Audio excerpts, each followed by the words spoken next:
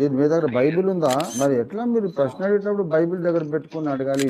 ఇది deadly serious విషయం కదా, పిచ్చాపాటి కాదు కదా. రంజిత్ ఓఫ్రి గారు, కొంతకాలం మీరు సోషల్ మీడియాలో వాక్యాన్ని ప్రకటించకుండా ఉంటే క్రైస్తవ్యానికి చాలా మంచిది.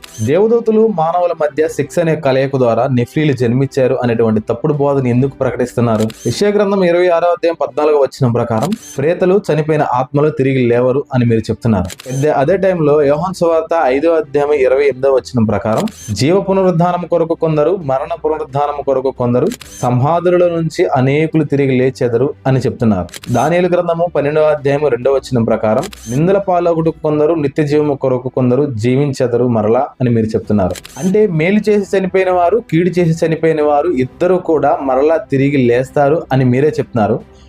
అదే టైంలో యెషయా గ్రంథము 26వ అధ్యాయం 14వ వచనం ప్రకారం కొంతమంది మాత్రం లెగవరు, వాళ్లే నెఫ్లీలు అని బోధిస్తున్నారు. ఇంతకీ నెఫ్లీలు ఎవరు?